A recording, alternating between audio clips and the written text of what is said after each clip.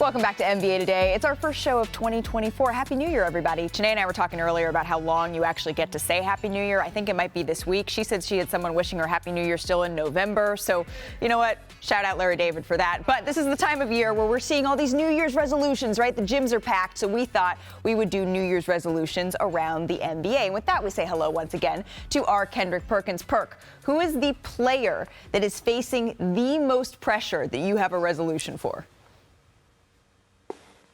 It's Joel, the big Philly Embiid. And look, I get it. MVP, former MVP, and he should be the front runner right now. Malika for us winning this year's MVP. He's been balling out of control.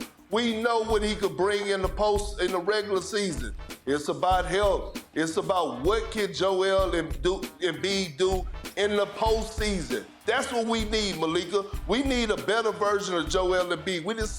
We done witnessed all the superstars elevate their game. Steph Curry, LeBron James, Kevin Durant, the list goes on. Jokic last season, Embiid has to elevate his game even more. If that means averaging 40 in the series, then damn it, get it done. If they don't make it to a conference finals this season, then it's a failed season. And Joel Embiid needs to prove to the world that he can carry a team to the conference finals. Okay, so Perk as Joel Embiid is the player who is facing the most pressure. It's that pressure, the new year, new me type of mentality that everybody's saying right now. This doesn't quite feel like a make or break year, at least for me, for Philadelphia, but ESPN Bet has the Sixers as a top 5 contender to win a title this season, and Philly still has a whole ton of cap space this upcoming summer if things don't work out. So, Chiney, as we take a look at these teams, which team do you think is under the most pressure this year? This team right here, the Boston Celtics, they are under the most pressure because they've been to the Eastern Conference Finals 5 out of the last 7 years. And what did they get from that?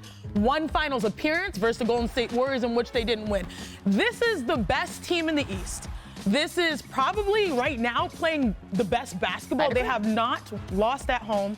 They have the best starting 6. They've made a new term. That's right. In the NBA, they will likely have to pay that man after this season, after paying JB. So there's a lot of investments happening with the Boston Celtics. This feels like the year that if they don't win, they're going to feel the pressure of that for the years to come. Yeah, exactly. This is like Jason Tatum. Okay, we've seen it in the regular season many times. Now we need to see it when it matters the most. Thank you, my friend. All right, so there's only a few teams that start a season with a championship or bust mentality, right? The Celtics certainly qualify, but every team sort of enters 2024 with some questions, right? Does our roster have enough depth? Is the face of the franchise currently on our roster? Do we need to go out looking? Do we need to build? Do we need to keep searching? Do we need to go all in now or wait to make a splashy move? So, Zach Lowe, I ask you, what is the biggest question heading into 2024?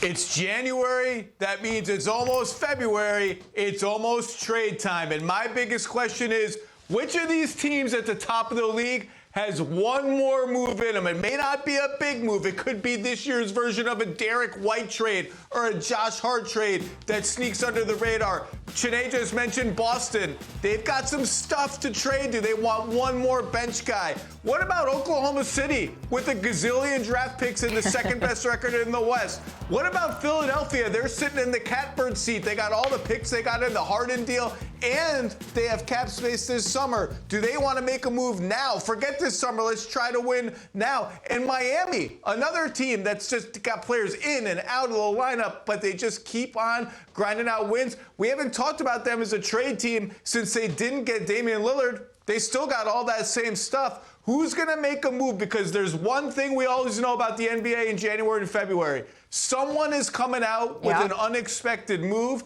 If it hits gold, it could actually change those title odds you had up there. Well, we heard earlier in the show that Perk, he wants to see it as Pascal Siakam to the Philadelphia 76ers. Who do you want to see, Chiney? Who do I want to see? More so, which team do I want to see? I do want to see the Golden State Warriors do something because I think right now they're having a crisis of a little bit. They've been a team that has been able to. Oh, what was that? That was Zach reacting to you. We are going to get to Golden State a little bit more later in the show, but yes. That was Perk. Oh, that was Perk? That was such a Zach Lowe-esque note that you hit there. Were you shocked? Were you shocked by that, Perk? I thought it was Zach. Zach, is there a team that you have an eye on that you want to see make a move, or a player that you want to see make a move? Me? Yes. Oh, I would love to see Philadelphia do something because I think they're really, really good. Maxey and Embiid are a legit championship 1-2 punch. I think they just need one more guy, and it doesn't have to be Pascal Siakam. I actually think he and Embiid are a little bit of a tricky fit, but one more guy who can relieve some of the ball handling duties. When teams blitz Maxey, double Embiid, one more guy who can get the ball to the basket at a high level. Could just be another guard. Like if I were them, I'd be sniffing around Alex Caruso, a guy like that, just People another like release valve kind of guy, because they're close. They're close, but Boston at 26-6 is the standard right now. Wanna try to boast at what I look like. Think I'm gonna try to wear, I pull up long range. Jimmy with the heat, I'm on fire. It's NBA, I'm a